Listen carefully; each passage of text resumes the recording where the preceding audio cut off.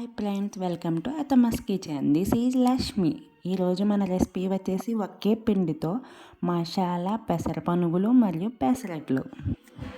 2 in 1 పిండి, two recipes in one పిండి. ఇది తిన్నవాళ్ళు ఎవరన్నా ఆహా అనవలసిందే. మరి కోసం ముందుగా ఒక గ్లాస్ పెసలకు ఒక అర గ్లాసు శనగపప్పు బియ్యము కలిపి ఒక అరకప్పుడు తీసుకోవాలను. అన్నీ కలిపి నానబెట్టి నైట్ నానేస్తే పొద్దునకు నానిపోతుంది, లేకపోతే ఒక 6 hours నానబెట్టుకొని క్లీన్ చేసి ఉంచుకోవాలను. ముందుగా మసాలా కోసం ధనియాలు, వీడియోలో చూపించినట్లు ధనియాలు, జీలకర్ర, అల్లము, వెల్లుల్లి, పచ్చిమిరపకాయలు, కరివేపాకు తీసుకొని రుబ్బుకొని చెట్టుకోవాలి. తర్వాత ఈ నానిన పెసలు పేస్ట్ని కూడా రుబ్బుకొని చెట్టుకోవాలి.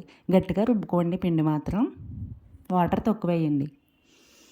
తర్వాత ఉల్లిపాయ ముక్కలు కట్ చేసుకుని పెట్టుకొని కొంచెం పిండి తీసుకుని అందులో సగం మసాలా ముద్ద వేసి ఈ ఉల్లిపాయలు, కరివేపాకు, కొత్తిమీర వేసి పొయ్యి మీద నూనె మూకుడి పెట్టి ఆ నూనె సలసలా మరిగేటప్పుడు లో ఫ్లేమ్ పెట్టి వీటిని పనుగుల టైప్లో వేసుకోండి. అటు ఇటు కాల్చుకొని వేపించుకుంటే రెడీ అవుతుంది మన మసాలా పెసర పనుగులు. తిన్నవాళ్ళు ఆహా అనవలసింది. ఇది మామూలు పెసర పనుగుల్లా కాకుండా చాలా టేస్టీగా ఉంటాయి.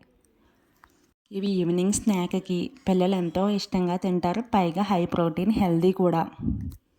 ఇప్పుడు మిగిలిన పిండిలో కొన్ని వాటర్ వేసి జోరుగా చేసుకొని దాంట్లో మిగతా మసాలా పేస్ట్ వేసుకొని దానిని ఒక పేనం పెట్టి పొయ్యి మీద పేనం బాగా వేడెక్కాక కొద్దిగా ఆయిల్ వేసి ఉల్లిపాయతో పేనాన్ని రుద్దండి.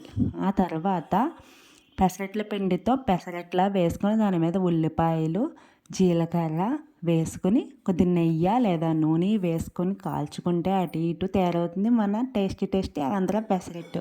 దీంట్లో అల్లం, పచ్చిమిర్చి ముందే వేసే వల్ల వెయ్యకపోయినా పర్వాలేదు, వేసుకున్నా పర్వాలేదు. మా పిల్లలు తింటారు కాబట్టి మేము ముందు రుబ్బేసుకుంటాం. అలా టేస్టీగా కూడా ఉంటాయి అలా చేయడం వల్ల. నార్మల్గా వేసిన పెసరట్లకి దీనికి చాలా తేడా ఉంటుంది. మీరు కూడా ట్రై చేయండి, మీకే తెలుస్తుంది ఆ తేడా. ఇంకా మళ్ళీ ఇలానే చేస్తారు ఒకసారి చేశారంటే.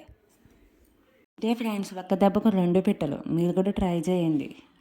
ప్లీజ్ సబ్స్క్రైబ్ చేయండి, లైక్ అండ్ షేర్. మీరు కూడా ట్రై చేసి రెసిపీ ఎలా వచ్చిందో కామెంట్ చేయండి ఫ్రెండ్స్. Please subscribe.